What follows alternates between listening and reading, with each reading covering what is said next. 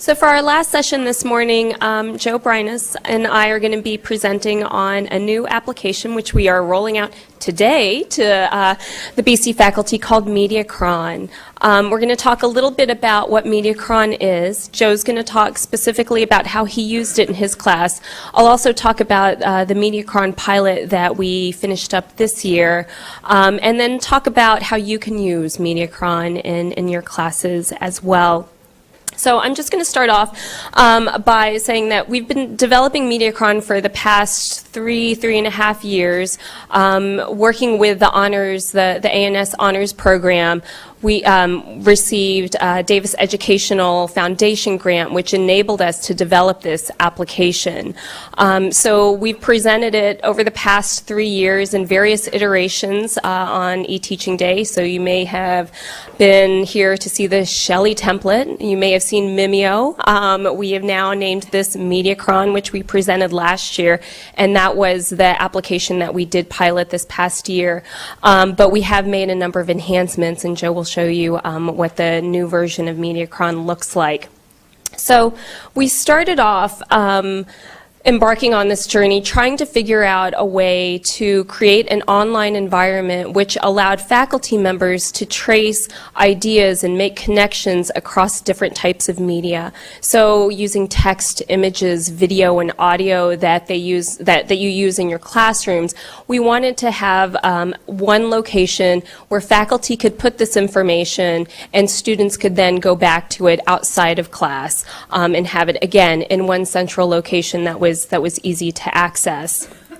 So these were the thoughts that we had when we were developing this application, and let me just go to the next slide. So briefly, what is MediaCron? It's an online tool for presenting and exploring multimedia course content. It allows you to present topics much like you would with a PowerPoint presentation. There's a very simple and clean interface where you can have topics on the sidebar and individual items down at the bottom in a sort of slideshow fashion, and then individual items with text on the main part of the screen. Oops. It also allows instructors to have an easy way to upload and organize a variety of instructional materials. When we were designing this, we knew that faculty weren't going to use this if it wasn't easy to use. So our premises was if you can attach a document to an email and fill out a web form, you can use MediaCron. So just to let you know, the front end is Flash. That's what the students see. That's the presentation tool. And then the back end is Drupal, which is the same application which BC Share is built upon too. So we were very conscious when we were developing this tool that it needed to be easy to use for faculty. And we got a lot of really great feedback from the pilot that we did this past year. So MediaCron also enables students to explore their course content from a web browser and browse through the course content using a dynamic interface. So students are used to using the web. They're really web savvy, and we didn't want them to have to download an application or purchase a specific application in order to view this course content. So it's all web-based. They can see their course content wherever they are. It also has a very dynamic interface, so as an instructor you can have sort of a progressive slideshow presentation, but students can also enter and explore the content on their own, making their own connections between the different types of media that get presented in this site. So a couple key features of MediaCron is, again, it allows you to create and view and manage your site through a web browser. You can organize content by topic, tag, map, or timeline, and all of these functions work together within the application. You can upload media types such as text, images, video, and audio, and then also you can password protect your site and link it only to your class roster. So if you have copyrighted material or you don't want this information available outside of your class, you can have that set up with your MediaCron site. So as I mentioned before, this past year, we did a pilot with 7 Arts and Sciences Honors Program faculty members, and we couldn't have asked for a more perfect pilot group because they were they were on the spectrum when it comes to their comfort levels with technology. We had a very tech-savvy power user, and then we had another faculty member who questioned every single use of technology that we presented. So it was a perfect test bed for us. So what we did with them is each of them came to a 2-day workshop, which we sponsored with a project in mind. And over the course of those 2 days, we helped them think through their projects and also taught them the technology and how they could use MediaCron for their projects. And then throughout the summer, we gave them support and assistance in developing their MediaCron projects. So by the end of the summer, we had 3 fully developed MediaCron sites that were then used in courses in the fall and spring semester.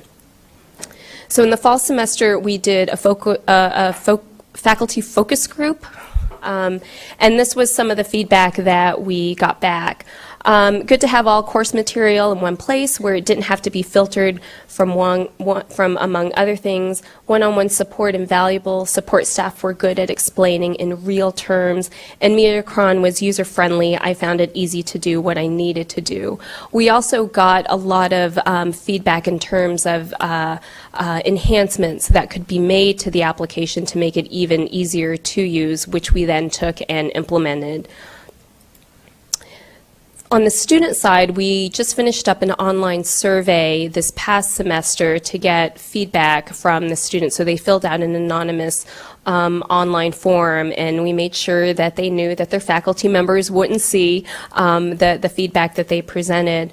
And these were some of the comments that we got back. It allowed us to see connections just beyond what we were reading. I really like the easy-to-navigate combination of music, art, and text. It really got me thinking about a lot of different things that I can never have done by myself with a book. And it's interactive and allows me to explore different mediums of learning at my own pace. So we couldn't have asked for better feedback from either the faculty or the students. It really let us know that we were able to accomplish what we initially had set out to do by creating a tool that was very interactive, very dynamic, but also extremely easy to use for both faculty and students. So I'm going to turn it over to Joe. He is going to talk about the site that he created in MediaCron. He originally created it in the older instance of MediaCron, but we have since then migrated all of the content into the enhanced version, so that's what you're going to see on the screen now. So he'll talk about his project and how his students reacted to it and how it enhanced his pedagogy.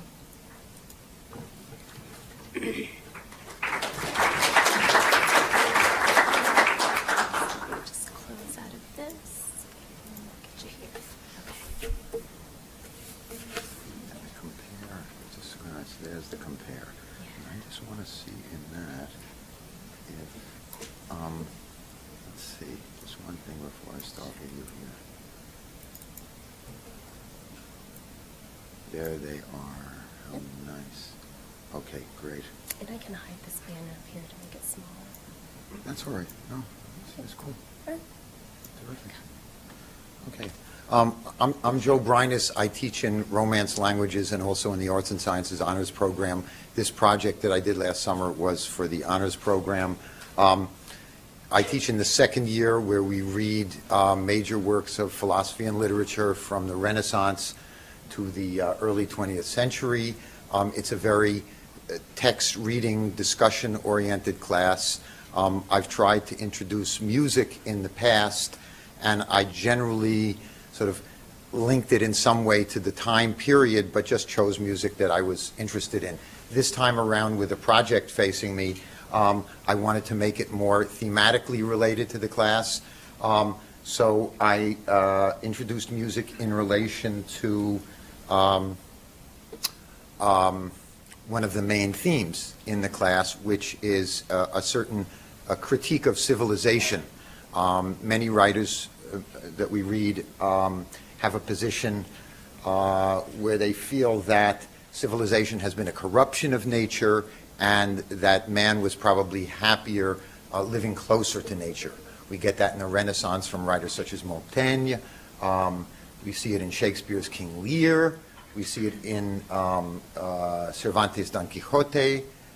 It comes up again in the 18th century with Rousseau, which was the link with this project. The Romanticists in the early 19th century, and then we get it sort of this concept referred to again in Freud's Civilization and Discontents in the early 20th century. So it's a major theme. The music that I introduced was tangentially related to it, but nevertheless related to it. So that's the theme. There are two other sort of major components to this conceptually, and they're both musical. One is called temper tuning, and that's the name of the site. I don't know if does it show it? Yeah, well, I want to just go back. Yeah, you show banner. Okay, there it was. Okay, so it's temper tuning. Does anyone know what temper tuning is on a keyboard? Nobody knows? Cindy, you must know. Okay. Okay. Well, the long and short of it is there's a problem with keyboards, piano keyboard, harpsichord keyboard, which has to do with the tuning of them. Because if you're playing a violin, you tune the strings on the violin, but then you can adjust pitches as you play. And you're always adjusting pitches. And in fact, the G is not always a G, depending on what key you're in, and also depending on whether you're playing it with other notes. So you can make these adjustments as you play. The other thing is, if you are playing in one key, the notes aren't the same exactly as if you're playing in another key. If you're in the key of C, certain notes are not going to be the same as if you're playing in the key of A major. So that's a violin. Keyboard, you have to tune it also before you play. But once you do, you're stuck. I mean, there's no way, you can play and tune at the same time, and you wouldn't be fast enough anyway. So something amazing happened in the 18th century at the time of Rousseau, something that Rousseau was not so happy about because of his pro-nature stance. That is, they discovered that because when you played a keyboard, if you played more than one note at a time, those intervals often sounded out of tune. And if you tuned it to play in the key of C, if you wanted to play in the key of A, it would also sound out of tune. So someone figured out, and it's kind of ironic, there's a certain irony, that by making certain notes a little bit out of tune, but not enough to bother the ear, you could make the whole thing in a grand compromise sound in tune. And many of you have probably heard of Bach's famous keyboard piece called the Well-Tempered Clavier.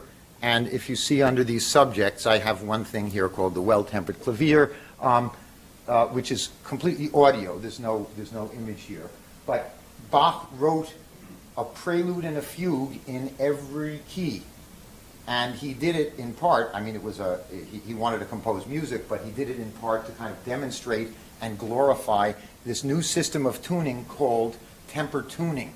That's why it's called the Well-Tempered Clavier, because it uses this technological advancement. So in a sense, my experience with technology is reflected in the content because we're talking about a technological advancement that affected the way people compose music and the way they receive music. Rousseau, by the way, I'm sure he liked the sound of it, but on paper at least he was against it. Why? Because it denatured the natural scale. So we got this, Rousseau was so sort of obsessed with this pro-nature, anti-civilization thing that he extended it even to music. He was a philosopher, but also a trained musician and a composer. So he knew what he was talking about, and he had this particular position. The other concept musical concept I deal with is called the overtone series, and I'm not going to explain exactly what that is, but it has a relationship to temper tuning. Because if you sing a note, a certain note, you hear that note, but in fact there are a lot of other notes that are audible to certain people. And if you know how to do a certain thing, which I know how to do, and some people on my site know how to do, they can isolate these overtones. And the natural scale is built on this thing called the overtone series. But if you tune a keyboard to the natural scale, if you try to play notes together or shift keys, it will sound out of tune. So those are the three concepts I was working with.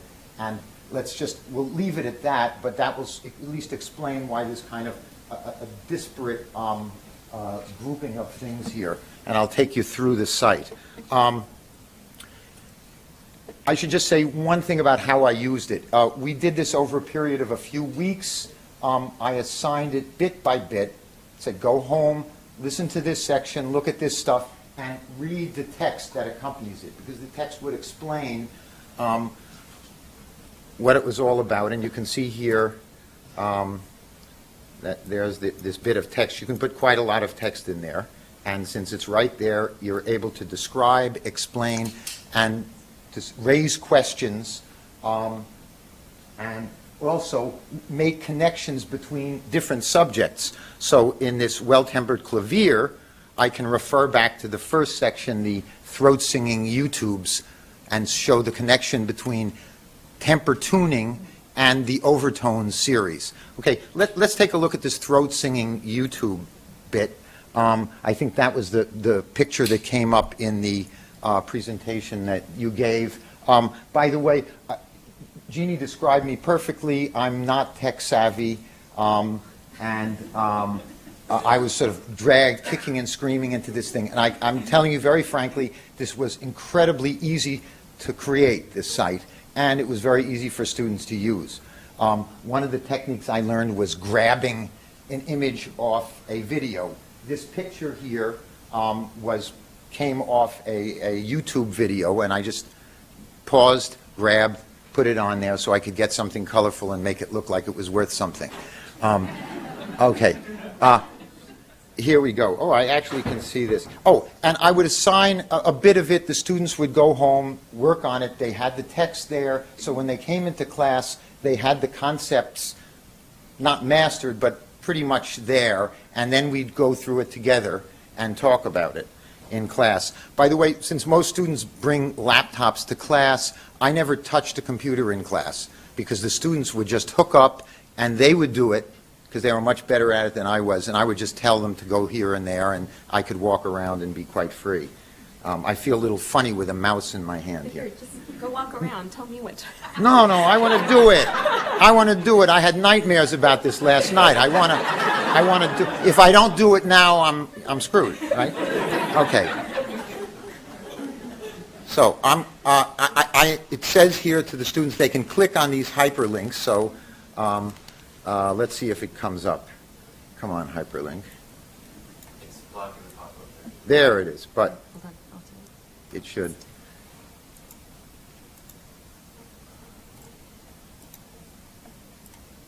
Just click on that first one. Why didn't it do it when I did it? Okay. Four singers and position, and now I.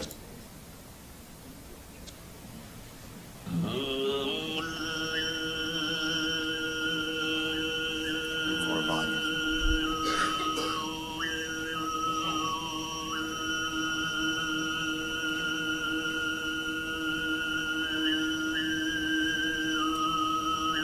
Can you hear that he's singing a note, but then there are these higher pitches that are coming out, going all over the place? He's not singing them. They're the overtones, and he knows how to isolate them. So he's only singing one pitch, but you hear others.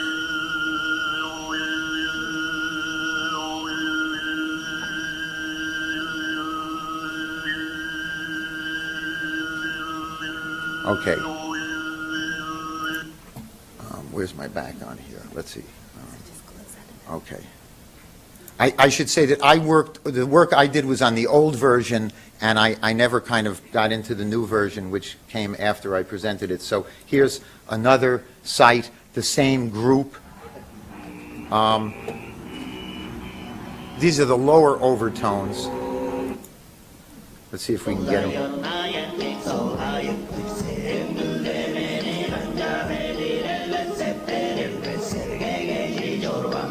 Here's something coming.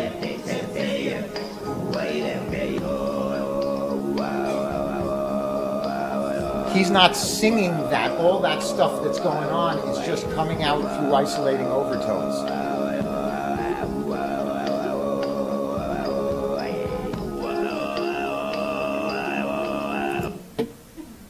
Close out. Okay. So this demonstrates to them sort of what the overtone series is all about. And since these guys are from Tuva, and they're called Tuvan throat singers, And I actually, to make it a little more close to home, here's an American guy doing the same thing with Let's Virtuosity. Okay, here is Amazing Grace using tube and throat singing.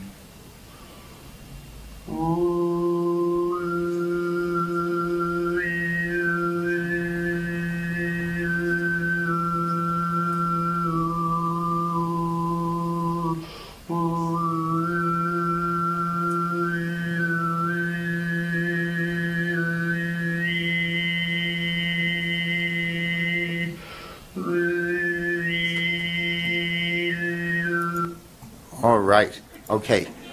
One of the things you see that this does is you've got this enormous, very important technological innovation in the 18th century involving the keyboard, but it's intersecting other cultures which would not be called Western, so that has a certain inherent interest. In any case, that's the way I was able to bring this overtone series to life in various cultural forms. I can't do it that well, but I can sort of demonstrate it. But to have people do it at that level was quite something. Okay. The other thing we had, of course, was the piano music itself, the keyboard music itself. And here, of course, there's a relationship between the medium, which is a computer, a keyboard, and a mouse, and the content, which is a keyboard. So we have Bach's Well-Tempered Clavier.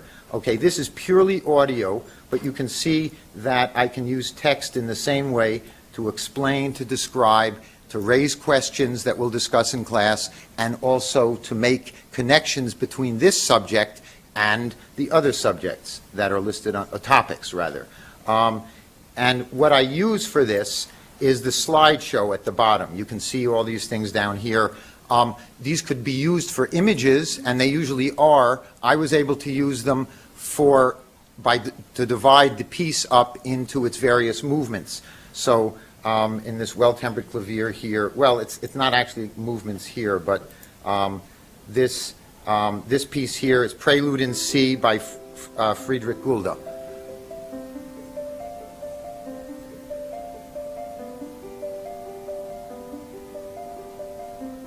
And there was various things to be said about why he composed it in this particular way, but this is the first, the introductory piece to Bach's Well-Tempered Clavier. If I want to compare that very quickly to someone else's performance, we can listen to Ralph Kirkpatrick playing it on a harpsichord.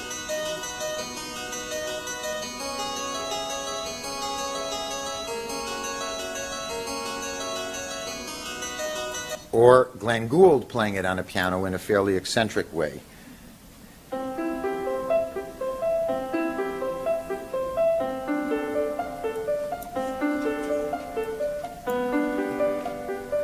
Okay.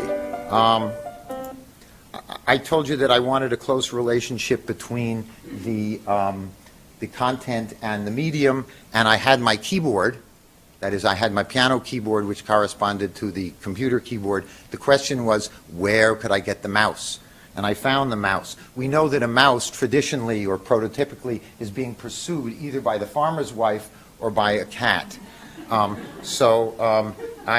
have that here. Here we have a slideshow again. This is a Bach partita, which is a series of dance music based on dance forms. So a preludium, an allemande, a German dance, a corante, this means a running piece, a saraband, which is a slow Spanish dance, minuet, you know what that is. Of course, all of this would be explained in the text to the students.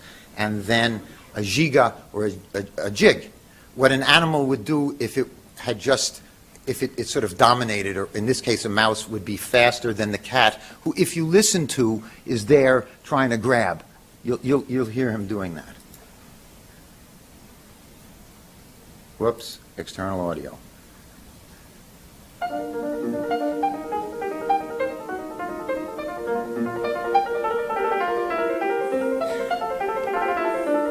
Bach didn't really think of a mouse when he composed this, but I do. In any case,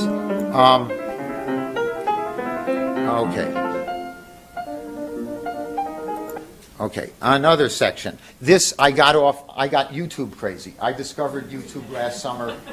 I don't know how many hours a day I wasted going through. going through YouTubes like you eat potato chips. Just one more.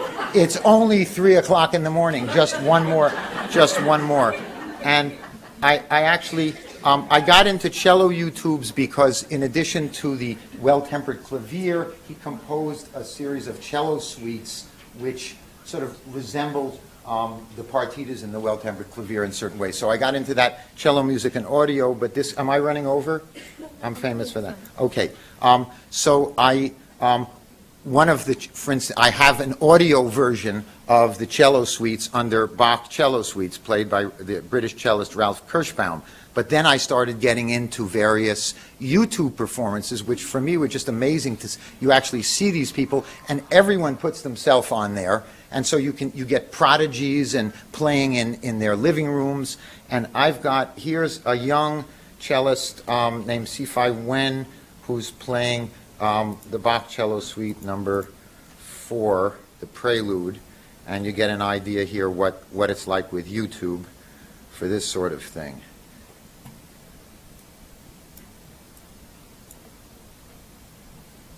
As this is loading, what you're seeing, Joe linked his YouTubes in the text description, and based on his YouTube addiction, we realized that it would be better if we could incorporate the YouTubes to actually show within the MediaCron interface, and so that's what we have done with this newer version, but since this was migrated over from the earlier version, it didn't have that capability, but Joe will show you what it looks like within the MediaCron environment. Yeah. And so here is, I'll just continue. Here's someone playing one of the Bach cello suites, which in some way it has a certain relationship which has gone into in the text with the piano pieces. And I found to be able to use this, I mean, you could use YouTube in class without using MediaCron, but to have them all like this so that they can see them at home and go through it that way, and it's very fast to use it this way. It's just an enormous advantage. And from the point of view of a former cellist, I mean, this has been amazing to me. I can see fingerings, bow technique in a way that I would have to go to a concert or go to a master class before to see. One of the features of Find the School You Attended in, yeah, YouTube is a slippery slope, someone once said. One of the features is compare, and people use this very well for graphic images, but you can also use it for audio, in this case YouTube. Let's see if I can do, if I set up a compare box here. This, by the way, is Jacqueline Dupre, the famous British cellist. And let's see what I can do here. What do we got here? Okay. Why isn't she going in there? That's her, but I want both. I want these two compared. I'll get it out. Yeah. I'm not supposed to be making these mistakes, so just forget them. Okay, we got it. Okay, so here's compare. Yeah, I'll let you do it. That's Okay. great. All right. Okay, it's a natural transition. Okay, go to this one. Here is a 13-year-old cellist. I'm going to forward it again. There you go. I'll just get it to about there. A little It's further. still loading. Yeah, but it'll get there. I have faith. I'm a premature push-aheader. Maybe I told you to do it too fast. Oh.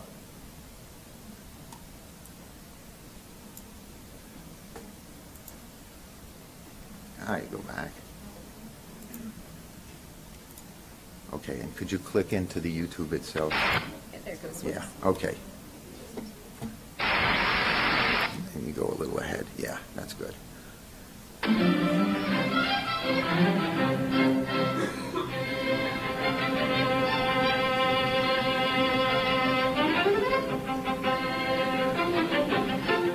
we make big screen? 13 years old. She's just won the biggest international cello competition in the world. So she's recognized by it. So I found this YouTube of her playing this song.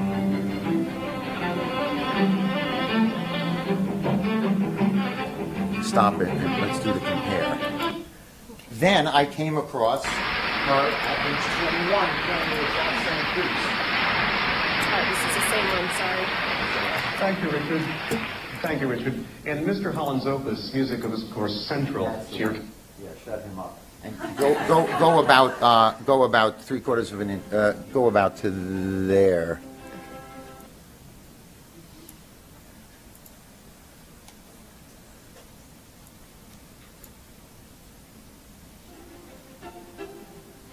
Same girl.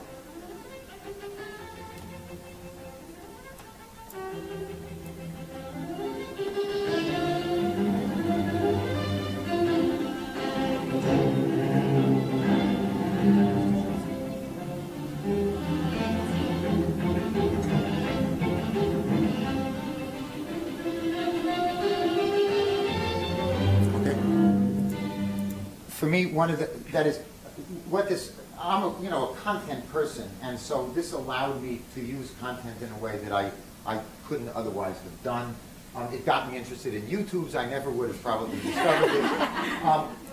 I don't know if any of you ever saw Mark O'Connor's Shelley Project. Did any of you see that? There's also a thing where he does Albrecht Dürer self-portraits, and he's able to use compare in whatever that template was in the old days. But in any case, this struck me as very similar. You could do this, and here's a 13-year-old playing impeccably, presenting herself as a musician in a certain way. Then at 21, this is the way she's presenting herself entirely differently. I mean, she's just all out there, and she's also playing the piece a lot faster. So in any case, there were all these things that I could do. Just some other things. I have a bit on Rousseau and temper tuning here, which is, again, just an image off. And then Bach manuscripts, I think, yeah, get it out of compare. And you could just, if you click on that link, actually, you get a thing where these are actually manuscripts, original manuscripts of the cello suites. I just threw that in sort of to use the image. Pretty much it, I think. And I'm sure I'm way over time. Or Oh, how's no, time you're fine. is You're fine. fine. Okay. Let's see. There's also a tagging capability, so you can click on tags and see what else this item has linked to it. And when you click on, let me actually go back to maybe a tag.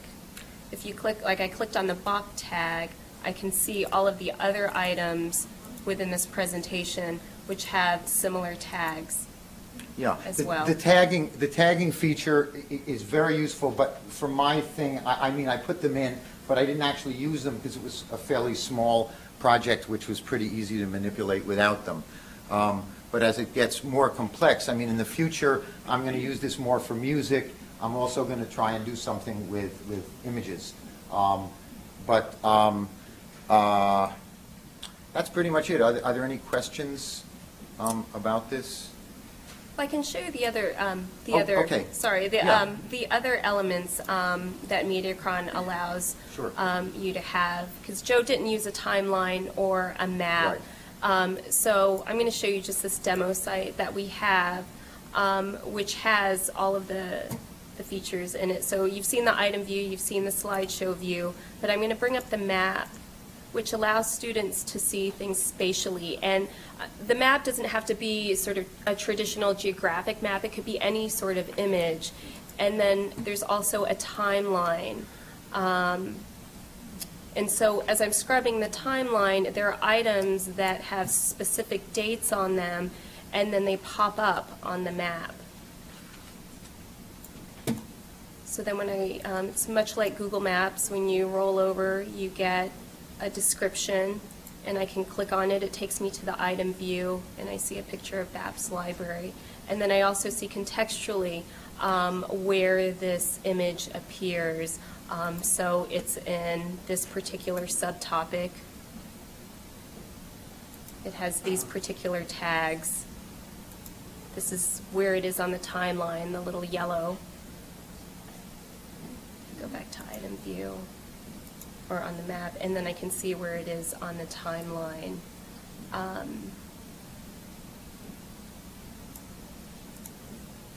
if there are multiple items on the same year for the timeline, you get a little pop-up so that you can choose which item it is that you want to see. And then there's also the ability to browse all of the tags. So I can go in and see all of the items that have the Boston College tag associated with it. Sort of a brief overview. I can show you the back end if you want to see what it looks like to manage from a faculty standpoint.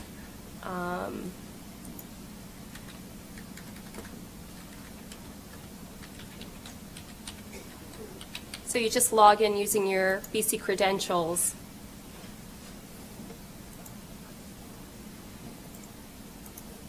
And then these are all of your project settings, which you have the ability to manipulate. So to add new content, it's basically if you can fill out a web form, you can add new content.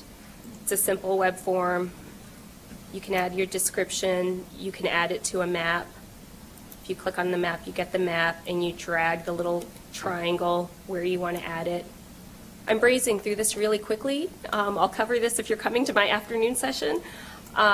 And then there's just a submit button. Oops. The mouse is going crazy. And then I can see a list of all the different types of content that I already have and go in and easily edit. We also tried to incorporate as many drag and drop features as we could with this project. So for the topics on the side, I can go in and just change the order simply by clicking and dragging and then hitting submit.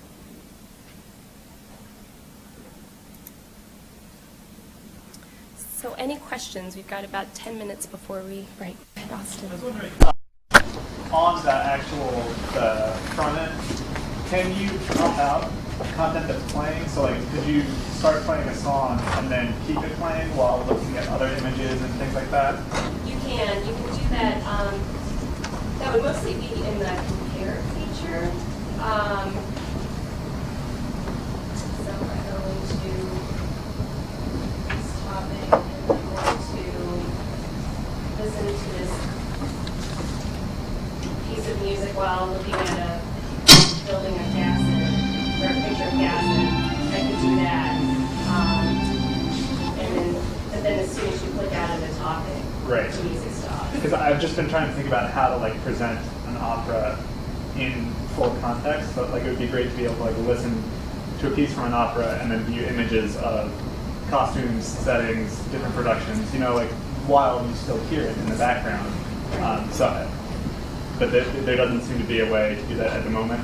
Not at the moment. Okay. Why wouldn't you can get a video of the opera? Sure. Yeah.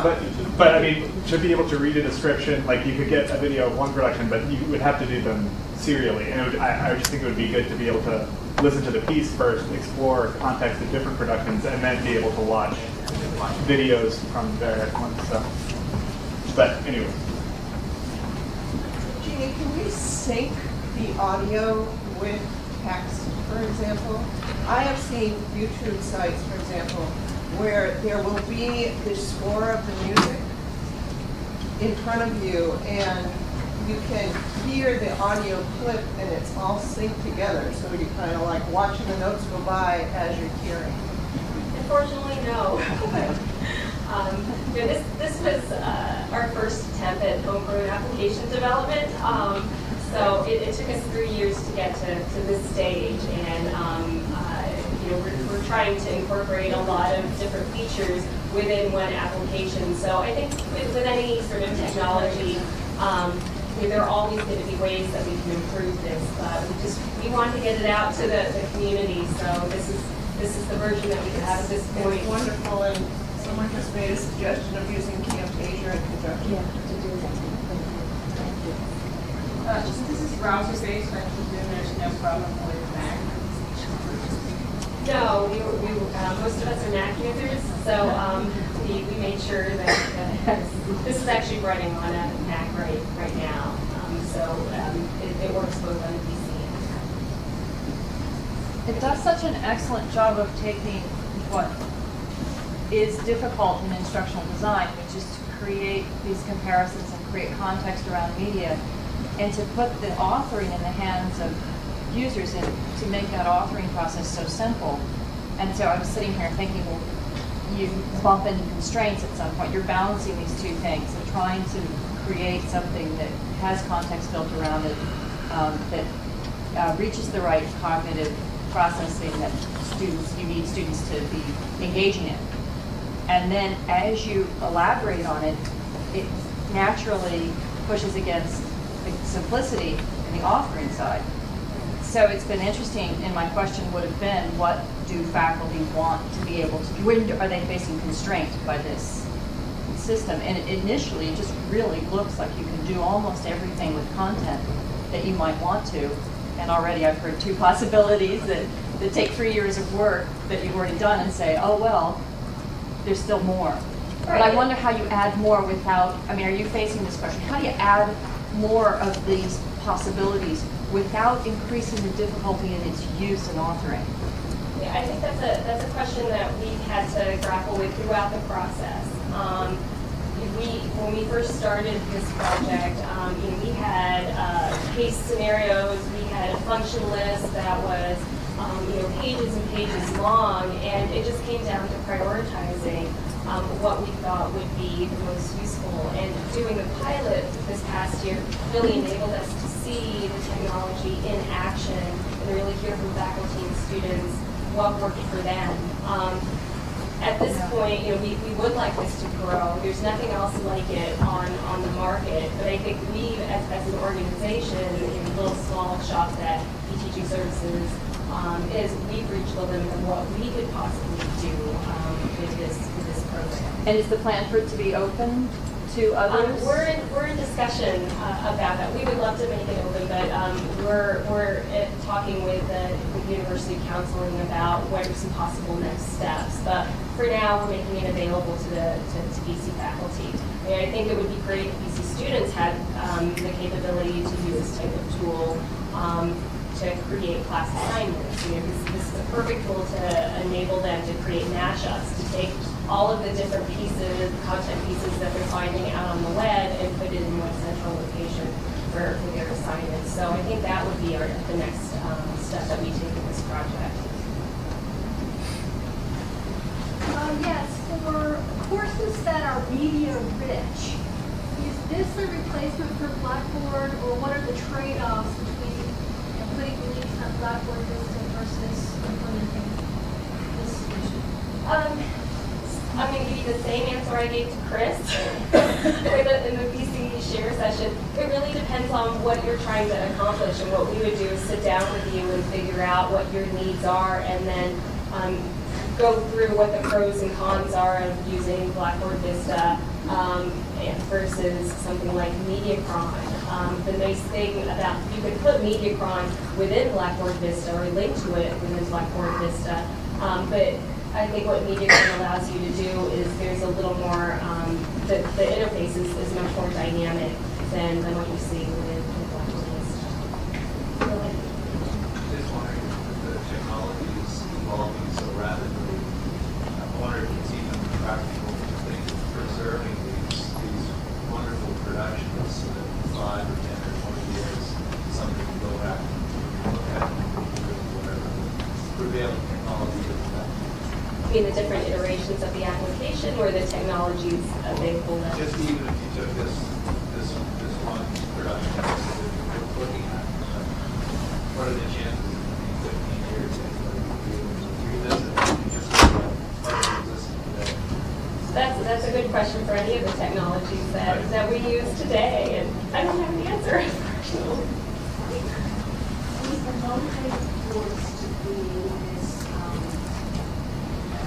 software platform? Was it because of copyright issues or proprietary?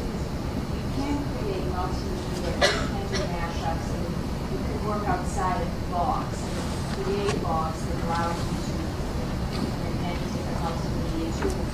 So my question is, was the motivating force facility of use because you thought it would be easier for the faculty to be able to work within a box and provide them the tools that they want?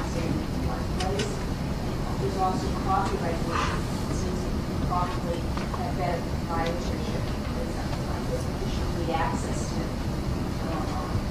The main motive was we have been developing these very media-rich applications, web applications for faculty members for a number of years, and these could take up to 6 months to 2 years to develop. And so they were very time-intensive, resource-intensive projects. So our goal was to create a template that faculty members could use across a number of disciplines. And we did a technology overview to see what was currently available, and there was nothing out at the time that had the ability to take a timeline, a map, an item, a compare, and put everything together in one environment, and then more importantly, have the back end as simple as we tried to make it. That was the most important feature for us, was developing that back end so that faculty would use it. Because we've seen with other types of technology, if it's not easy to use, faculty just don't have time to learn the programming languages, and they should be expected to. This is for either of you, but can you just explain briefly the general conceptual idea of the three windows? Sure. There are actually four main, or there are a number of different windows, but the first one, the main one, is the item view. So this can be either an image, a text, video, or audio, and you get a detailed description over here, and then you also get some buttons down here which will tell you where else if the item is linked to other areas on the site. The compare allows you to take different types of media and pair them up together and see them side by side. You can also run a lower version of Firefox, so a lot of the features that like there's a big pop-up window which enables you to enlarge the images both individually and then for the compare are working on this particular machine. The map view allows you to have a sort of spatial presentation of how the items relate to a particular geographic location, and then the timeline is more of a temporal sort of view and allows students to see how things relate temporally and then spatially with the map above. The topics down here are buckets, so you can consider these PowerPoint presentations with the slides, the individual slides down below here. And then you have a search capability, and then you can also browse the tabs. Thanks. Again, this will be the last. I was wondering if the map is limited to spatial. For example, if you were trying to describe anything that was a process-driven flow, which you wanted to have a schematic, solving a math problem, step by step, anything that was sequential. Did you not follow the timeline of bringing a graphic build up above? You could, and you can add maps. So as the user scrubs the timeline, you can have it set so that the map or the image changes based on that time. So we are right at 11:50. So thank you very much. I wanted to.